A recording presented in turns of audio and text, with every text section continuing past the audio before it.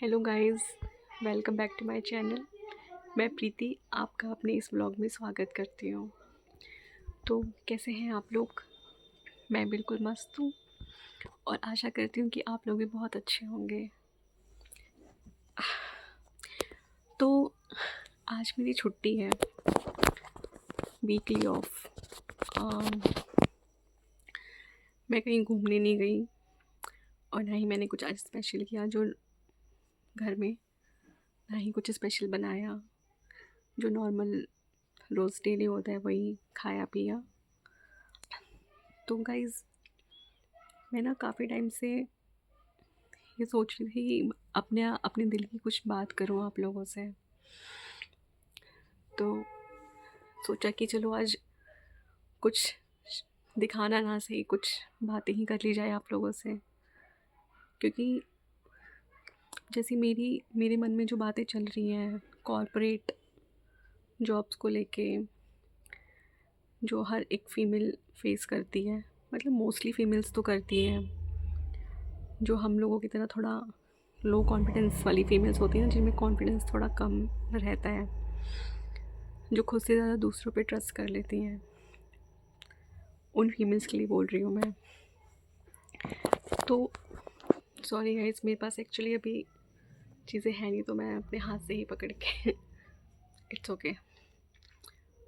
तो मेरे मन में ये बातें चल रही हैं कि जैसे हम लोग सब, मेल फीमेल सब, हम लोग ने बचपन से पढ़ाई करके हमें क्लासेस पास की, सब पास किया, ग्रेजुएशन की, जो भी अपना कोर्स होता है वो किया।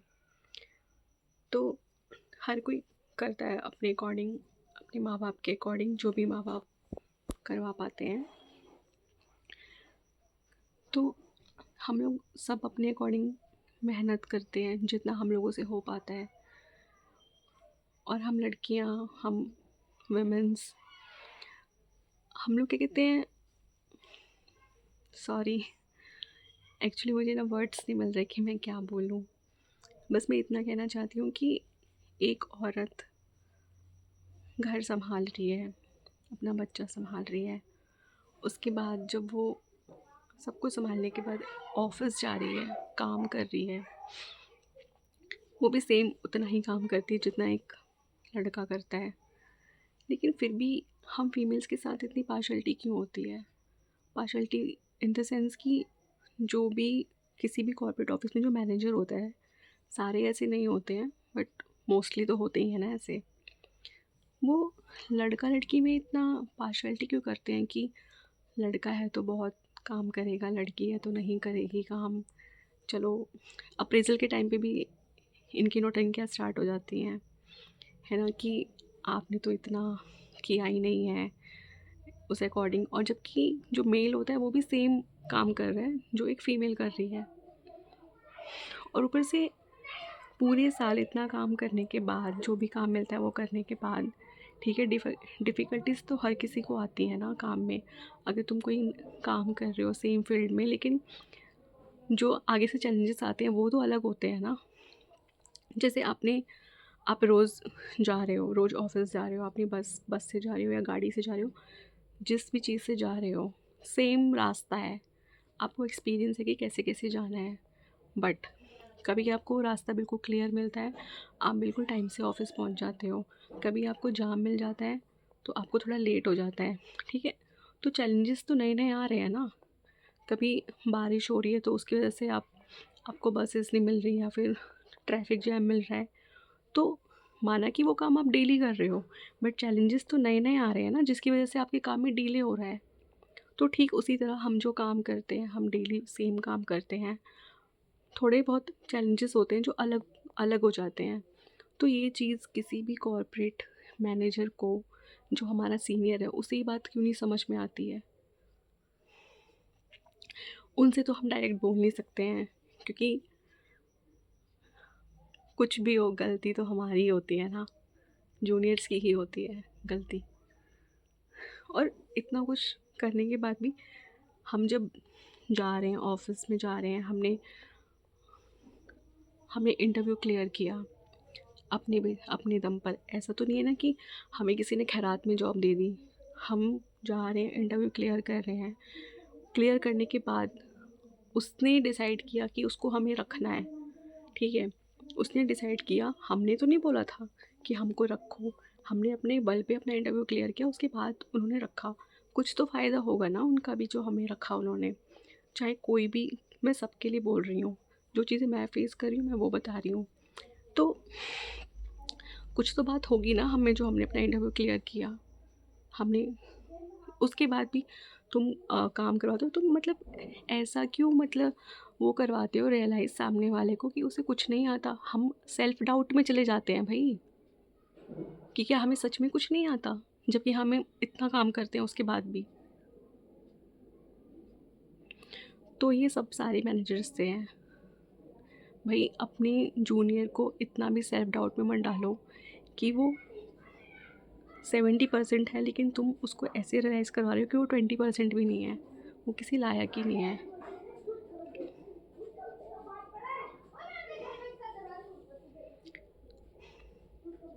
ये चीज़ें मैंने फ़ेस की है, इसलिए मैं आप लोगों से शेयर कर रही हूँ, क्योंकि मेरी तरह और भी बहुत सारी वुमेन्स होंगी जो ये सेम चीज़ें फ़ेस कर रही होंगी। चाहे कोई लड़का भी है तो एक लड़का एक लड़की इतने टैलेंटेड हैं, अगर वो जॉब कर रहे हैं तो कुछ तो बात है ना उनके अंदर, जो कर रहे हैं जॉब। ऐसे तो किसी ने नहीं रख लिया होगा ना उनको। और इतना काम करवाने के बाद जब टाइम आता है अप्रेज़ल का, तब तुम अपनी औकात दिखा देते हो कि तुम्हें तो कुछ नहीं आता। जब कुछ नहीं आता तो इंटरव्यू में क्या देख के रखा था तुम लोगों ने? To all managers in any corporate office,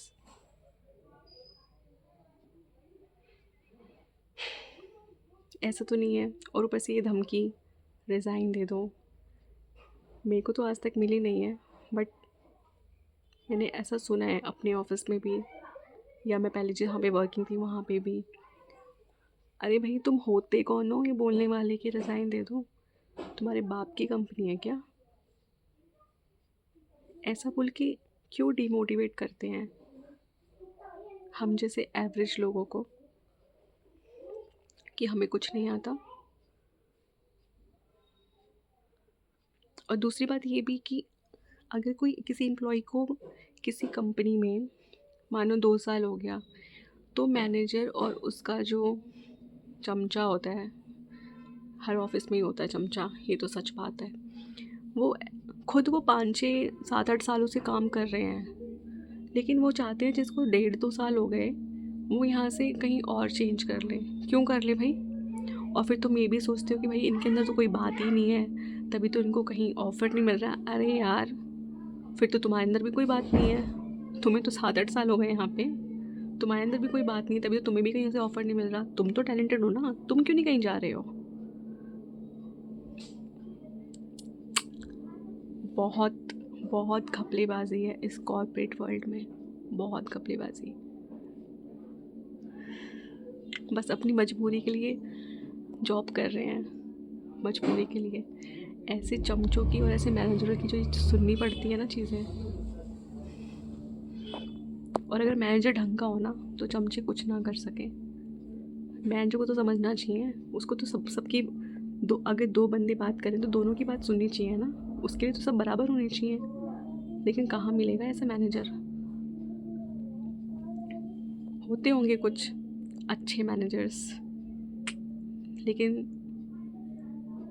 हमारी पहुंच से बहुत दूर है ऐसे मैनेजर्स।